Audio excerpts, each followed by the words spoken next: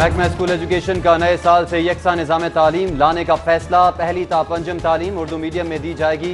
दहम तक मुतादिद किताबों को तब्दील करने की भी तैयारी।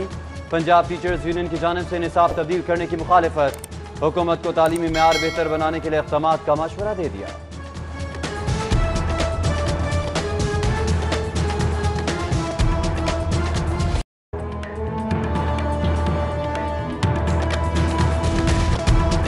महकमा स्कूल एजुकेशन का नए साल से यकसा निज़ाम तालीम लाने का फैसला। पहली ता पंजम तालीम उर्दू मीडियम में दी जाएगी।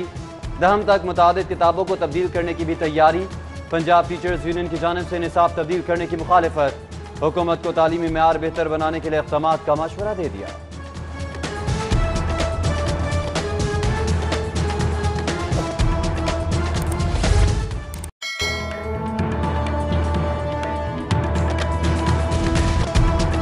महकमा स्कूल एजुकेशन का नए साल से यकसा निज़ाम तालीम लाने का फैसला। पहली ता पंजम तालीम उर्दू मीडियम में दी जाएगी। दहम तक मुतादिद किताबों को तब्दील करने की भी तैयारी। पंजाब टीचर्स यूनियन की जानिब से निसाब तब्दील करने की मुखालिफत। हुकूमत को तालीमी मेयार बेहतर बनाने के लिए इक़दामात का मशवरा दे दिया।